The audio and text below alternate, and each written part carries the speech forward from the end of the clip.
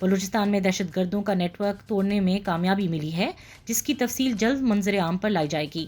امید ہے کہ بھارتی نیٹ ورک پکڑے جانے سے بلوچستان میں امن آئے گا۔ وزیر اعظم نے ناراض بلوچوں سے مذاکرات کا کہا ہے۔ ناراض بلوچ اکثریت پسندوں سے بات چیت شروع کر دی۔ ایسے ناراض بلوچ جو بھارت سے رابطے میں نہیں تھے، ان سے بات کی جائے گی۔ پاکستان سمیت دنیا بھر میں کشمیری کل سے ہفتہ شودا منا رہے ہیں۔ کل جماعتی حریت کانفرنس کی اپیل پر پاکستان سمیت دنیا بھر میں مقیم کشمیری کل سے 13 جولائی تک ہفتہ شودا منا رہے ہیں۔ کشمیر میڈیا سروس کے مطابق کل جماعتی حریت کانفرنس کی کال پر مقبوضہ جموں اور کشمیر، آزاد کشمیر، پاکستان اور بیرون ممالک میں ہفتہ شودا منایا جا رہا ہے اور کل پہلے روز دعائیہ تقریبات کا اہتمام کیا گیا۔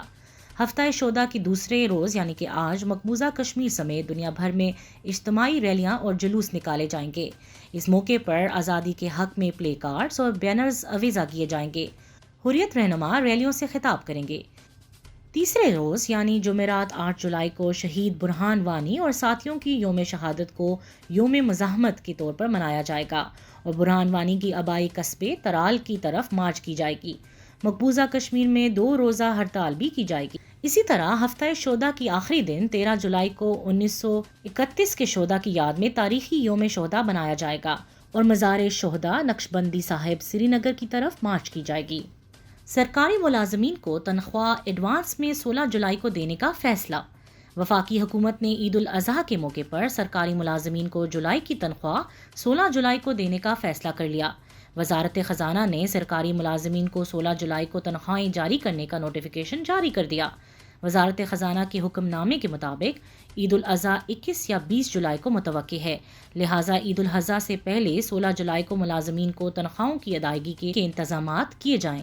علاوہ ازیں سندھ حکومت نے بھی عید الاضحیٰ کے موقع پر سرکاری ملازمین اور افسران کی تنخواہیں ایڈوانس میں ادا کرنے کا حکم جاری کر دیا۔ محکمہ خزانہ کی ایک حکم نامے میں کہا گیا کہ سرکاری ملازمین کو تنخواہیں اور پینشن 1 اگست کی بجائے 16 جولائی تک ادا کی جائے۔ محکمہ موسمیات نے اہم پیشن گوئی کی ہے کہ عید الاضحیٰ 21 جولائی کو ہوگی، کیونکہ 10 جولائی کو چاند نظر آنے کے امکانات انتہائی کم ہیں۔ چاند نظر آنے کی صورت میں 1 ذوالحج 11 جولائی اور عید الاضحیٰ 20 جولائی کو ہو سکتی ہے۔ 10 جولائی کو چاند نظر نہ آنے کی صورت میں 1 ذی الحج 12 جولائی اور عید الاضحیٰ 21 جولائی کو ہوگی۔ چین سے سائنو ویک کی مزید 20 لاکھ خوراکیں پاکستان پہنچ گئیں۔ Pakistan international air line PIA نے بیجنگ انٹرنیشنل ایئرپورٹ سے کووڈ-19 کی سائنو ویک ویکسین کی مزید 20 لاکھ خوراکیں اسلام آباد پہنچا دیں۔ سرکاری خبر رساں ایجنسی APP کی رپورٹ کے مطابق چین کے لیے PIA کی کنٹری مینیجر نے کہا کہ بیجنگ ایئرپورٹ سے 20 لاکھ خوراکیں اسلام آباد پہنچا دی گئی ہیں۔ رپورٹ میں ذرائع کے حوالے سے کہا گیا ہے کہ چین سے اگلے چند دنوں میں مزید 20 لاکھ ویکسین کی خوراکیں لائی جائیں گی۔ قبل ازیں چین سے سائنو فارم ویکسین کی 7 لاکھ خوراکیں پاکستان پہنچ چکی ہیں، جبکہ سائنو فارم کی ہی مزید 13 لاکھ خوراکیں جلد ہی ملک میں پہنچنے کی توقع ظاہر کی جا رہی ہے۔ یاد رہے کہ 30 جون کے آخری دنوں میں ہی چین سے کووڈ-19 ویکسین کی 30 لاکھ خوراکیں پہنچ گئی تھیں۔ دوسری جانب امریکہ نے بھی اعلان کیا ہے کہ وہ پاکستان کو موڈرنا ویکسین کی کھیپ بہت جلد بھیجے گا۔ چین، جرمنی، نیدرلینڈ اور پولینڈ کی مارکیٹوں میں پاکستانی برآمدات میں تیزی۔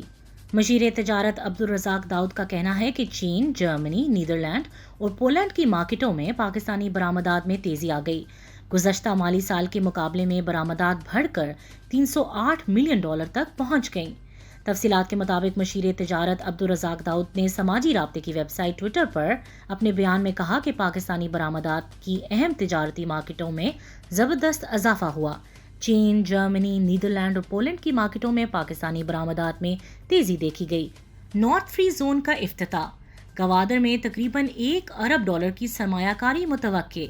وزیر برائے منصوبہ بندی اسد عمر کا کہنا ہے کہ گوادر میں سرمایہ کاروں کی دلچسپی میں اضافہ ہو رہا ہے اور گوادر میں تقریباً $1 ارب کی سرمایہ کاری متوقع ہے۔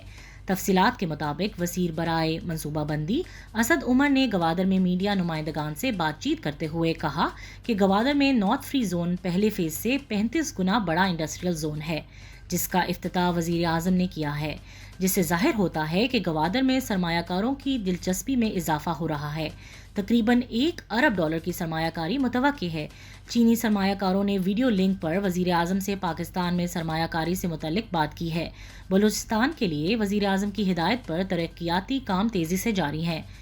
اس وقت بلوچستان میں جاری ترقیاتی کام اس سے پہلے کبھی نہیں ہوئے۔ گزشتہ روز وزیر اعظم عمران خان نے نارتھ فری زون گوادر کا افتتاح کیا تھا اور وزیر اعظم کی موجودگی میں مختلف ممالک کے سفراء کے ساتھ مفاہمت کی یادداشتوں پر بھی دستخط کیے گئے تھے۔ آج کے لیے بس اتنا ہی، انشاءاللہ کل تازہ خبروں کے ساتھ پھر حاضر ہوں گے۔ پاکستان زندہ باد۔